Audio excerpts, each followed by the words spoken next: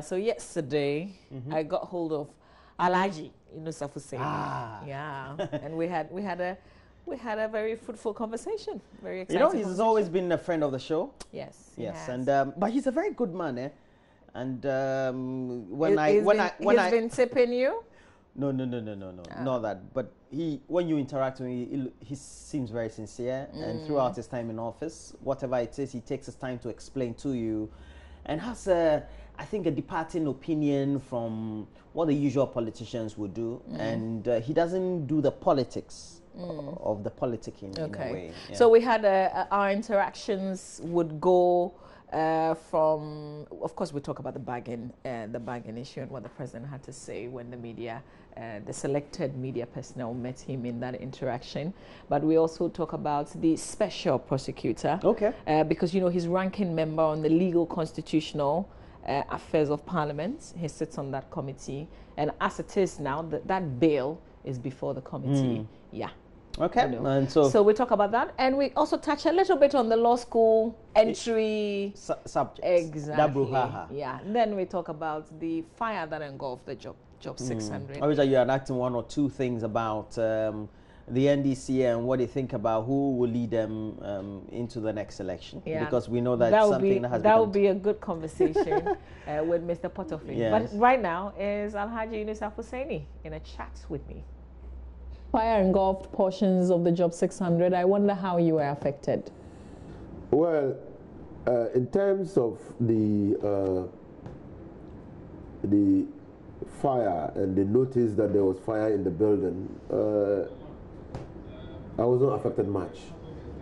But I saw a lapse because the bells or the alarm did not ring. So I was actually in the building on the 8th floor.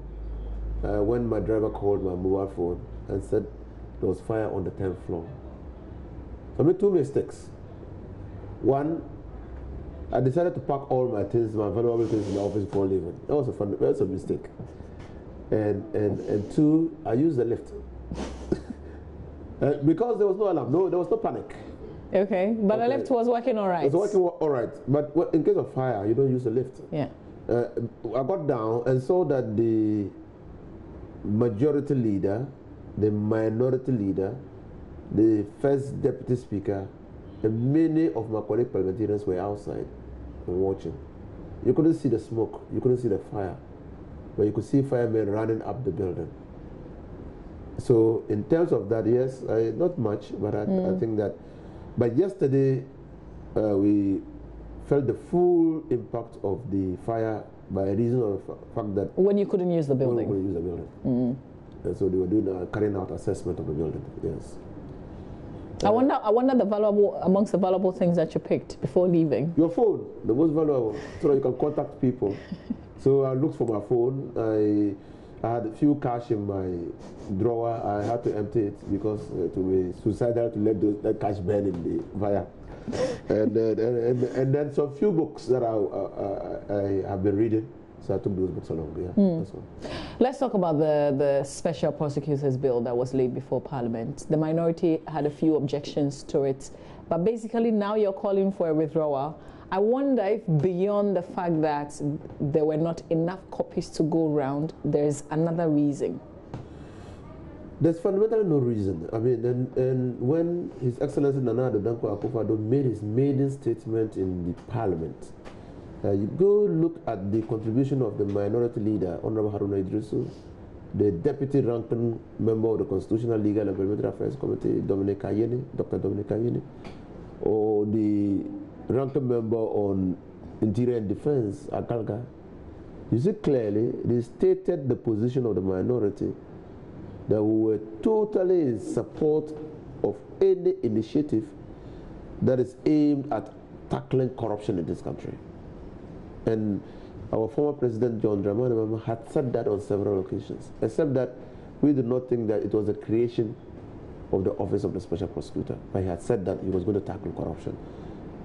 Now, what was our basic disagreement with the laying of the bill? It's simple. Article 106 provides the procedure for laying bills. Now, the bill must be gazetted It was not gazetted. And the deputy ranking member had checked from the government's printer, and there was no evidence of a gazette notification. But there was a reason that was given. This was under a certificate of emergency. Well, I'm coming to that, my dear sister. And so, well, even that, the majority leader said that in his view, in Article 106 is a provision that accepts bills that are of an urgent nature from gazette notification. Granted that that is the situation, how do we know that a bill is of an urgent nature? Is it by oral communication by the majority leader? It ought to be accompanied with a certificate of agency. As the name suggests. As the name suggests. So that everybody knows that this bill has been accompanied. But there was nothing like that. There was nothing like that. Two, if it is not even accompanied, or if the bill is not being laid, the minister, and after all, it is not only through the laying of bills that you invoke the jurisdiction of the speaker. The minister could have spoken or written to the speaker to draw the speaker's attention to a bill that will be laid in parliament that ought to be treated as a bill of an urgent nature. And the speaker would have referred it to the committee for the committee to invite the minister or her deputies or a representative for the Ministry of Justice to appraise the committee of why, in their view, that bill should be a bill of an urgent nature. So you're still insisting the processes were flawed? The processes were, and then when we talk about rule of law is obedience to substantive law as to procedure. So where does that leave this bill? So that's why we said, well, we put things much down, especially if you look at the importance of the bill. This bill is seeking to establish or create an institution that will stand the test of time. This bill is seeking to prosecute public officers and politically exposed persons of criminal conduct while in office.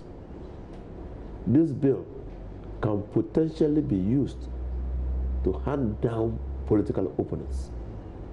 Especially now that you are in opposition, you must be afraid of something like that. Everybody should be afraid of a bill that is a double-edged sword. Whether you are in opposition or in government. I give you, Mama V, Constant Financial Laws was not passed by the MPP. It was passed by the NDC. The officers of the NDC were the first to bear the brunt of the law that they passed. When they were passing the law, it was a loop-sided parliament. There was no MPP representation. MPP had boycotted parliament. So when the bill was laid, it was taken through all the motions. There were no discussions as to the intendment of the bill, as to the issues that we are now raising.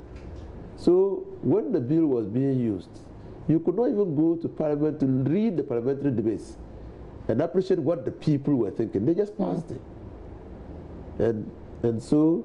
With the kind of direction that you're going now, because you asked for the bill to be withdrawn, obviously that's not going to happen. We're saying that... Would we see you boycott the process? No, we won't boycott the process. Why should we boycott the process? Why? We will, first of all, as a ranking member of the Constitutional, Legal and Parliamentary Affairs Committee, I think basically, yesterday we met, because the bill had been laid, the speaker had referred it to the committee met to determine whether the bill was of an urgent nature.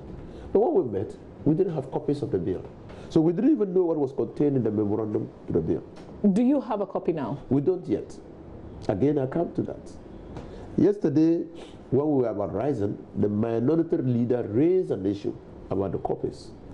Then the majority leader, not the minority leader, the minority chief whip, Muntaka, raised an issue about the lack of copies of the bill. Then the majority leader said, oh, he had received copies of the bill, but the previous day, but had left it in his office, and the office had now been barricaded, and so he couldn't retrieve the bill. Procedure. Is it the majority leader who receives copies of a bill laid in Parliament. Who does? The clerk. So where does that leave us? That clearly exposes the laying of the bill and the circumstances surrounding it to a dust of cloud. That ought to be cleared. When do you hope you would get a copy of this? We don't know. He said he had received, and that today it will be available. Hopefully today it will be available. We don't know what circumstances will intervene to prevent us from receiving the copies of the bill. But again, it emerged yesterday that even the Minister for Justice and Attorney General didn't know about the laying of the bill. About the laying of the bill, the content of the bill? The laying of the bill. So she didn't know what was going to be laid in Parliament yesterday? So why would you be a minister if you don't? But how do you know that? Because you're not with this government. Oh, many things are known to parliamentarians. Many things are known. But so what does that mean? But you say... What does that mean? Is somebody trying to push this thing through so quickly? That means that there's something fundamentally wrong. If the bill was laid by or brought to Parliament by a deputy minister has no capacity of his own. He's there to assist the minister. But the substantive minister cannot ask the deputy to do that on If the substantive minister asks the deputy to do that, the substantive minister cannot say she didn't know. But that's what happened. You're telling us something here. You're revealing something to us. Yes. So which of the deputies? Well, I didn't know which of the deputies, but I don't know. But it was a deputy minister who brought the bill and then... And said to Parliament and said that it was laid and the substantive minister didn't know anything about it. No, when we tried, I mean, it is one thing leads to the other. We tried, when we met, we tried to call the minister, because if you are trying to establish and determine whether a bill is of an urgent nature, you need the proponents of the bill. So that's when you contacted the substantive minister who said she didn't know that's when the anything committee, about. That's not me. That's when the committee. But you're ranking member on this committee. Well, the committee. Yeah, I want it to be like committee. It's not me. So the committee contacted the minister who said she didn't know anything about the laying of the bill. Yes. That she didn't know anything. So what was the conclusion of the committee then on this? Well, so we are waiting. For us, a matter has been referred to us. So we are waiting to perform our duties. So when we get copies, we will reconvene and invite the minister or her deputies, one of her deputies, or a representative of the ministry to come and take us through why, in their view, that bill is... When would that be? That was supposed to even be yesterday. So if today we have the copies, by evening, we'll call them. Okay. Yeah, because to determine whether a bill is of an urgent nature needs a report back in Parliament, and we need to do the report today. So we'll proceed with it. Let me get your take on this law school entry requirement that's also been largely debated on. Those who were writing this year, initially some of them took an action, but we know how it ended. They did write the exams. It means that they're going to have to go through an interview process. What do you think about this whole debate? I think we must confront the reality. The reality is that there are many law schools now, law faculties now. We have Cape Coast, we have KNUST, we have Legon. So we are producing more law students, students who will take their first degree in law. Now the law school at Mokola, when I was there, had the capacity to have at any particular point in time about 160. 116? 60 students. 160. Now, I don't know of an expansion of the facilities. Obviously, these faculties and universities are producing more than 160. How many years down the line? About 20 years down the line. Oh, wow. Yeah, so clearly, and so when we were there, you didn't need any exam, you didn't need any interview. From the Faculty of Law, University of Ghana, you just went to the law school and your name was there. The students who are coming to this law school. Just like the medical school. From the University of Ghana, you go to the medical school, you don't need to write. You don't need to write any examination. It's a continuation. The course is a 5-year course. Now, but we're producing more students. So we have to find a way to select. Well, what is that way? The way is to have a competitive system, a competitive mechanism to select students into the law school. We have to. But isn't the writing of the exams and the interview session competitive? But that is what they are fighting against. That's what the students are saying, that entry, and then the suit was to the fact that you do not need to write examinations to enter the law school. Yeah, because that process is unconstitutional. That was all about the suit. But you are facing the reality of the situation. How will you get all the students who have LLB to get into the law school? You can't. Probably you need to build a university and call it a law school. Okay? So, in view of the challenges of space, how do we get students to continue to come to law school? The judgment I have not read, but I've spoken to the lawyer, one of the lawyers who represented the petitioners in court. And he said, even though the judgment was to the effect that the writing of examination was unconstitutional, it allowed for the writing of the examinations this year, because they had said that they had put in a lot of preparations towards that, and so they should be allowed to continue. And that was why when they went to challenge the writing of the exam, they couldn't succeed, because it was part of the judgment. But going forward, can we sustain a situation where students can get into the faculty of the law school without writing exams, or without some competitive selection process? I don't think we can do that. What others have suggested is to make law school part of the universities, and then the law school itself transform into a regulatory institution, like happens in America, where after you've gone through the course, 5-year course at that university, at a university of your choice, the law school then publishes a timetable for the writing of exams to be admitted into the Ghana bar, and they set the criteria. So you write the examinations either in your institution or privately, and if you qualify, you get admitted into the bar. Let's turn the focus on you. Yeah. Because you've been in the news, I think, for the past 2 or 3 days. Even before that, with this bargain issue of your office, you were away then when this came up. So you spoke. I was just about leaving. I was actually at the airport checking into AREC, still waiting in the VIP when I broke the news. You broke the news? I did. I just thought that I should have some responsibility and get them, because the firestorm that greeted the discovery was such that I had a feeling that I should accept responsibility. At least it consumes an innocent person. How do you feel after telling everybody that you did it? I feel relieved, because I had no evil intention. There was no ulterior malicious motive. There was nothing. Have you been contacted by the BNI? No. Any security agency? No, probably they're still carrying on their investigations, but nobody. But I'm prepared. Do you expect to be contacted? Well, I don't expect to be contacted, because I believe that if they do their work, they will realize that the equipment never worked. There are some who criticized what you said coming out in the open. Some said you probably should have spoken with the BNI, any of the security agencies, other than coming out like that to say that, yes, you put that device in that office, even though it wasn't active. And then what would have happened to the conclusion of the case? Because when the matter was discovered, it came into the public domain. Then I go strictly and stiffly to the BNI to tell them I'm the one. They interrogate me, they realize I'm not the one. Then how will they broadcast? They will tell the nation that, oh, I've come out to say that I put the thing there, but it doesn't work. So why didn't you come out immediately? Why did you wait for a while for the conversation? I didn't know. I wasn't actually in the country. I didn't know. So when I came and I was reading, and what greatly helped me was the picture.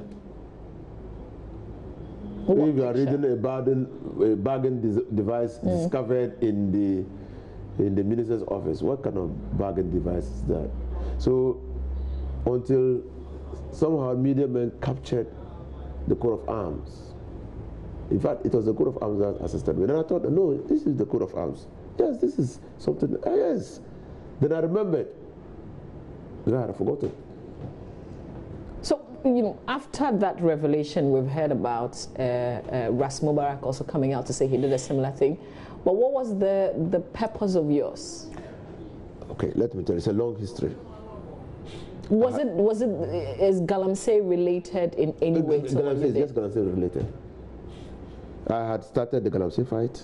I had deported a lot of Chinese. I had deported West African nationals. I had deported a Russian and Ukrainian. I had confiscated or seized a lot of equipment.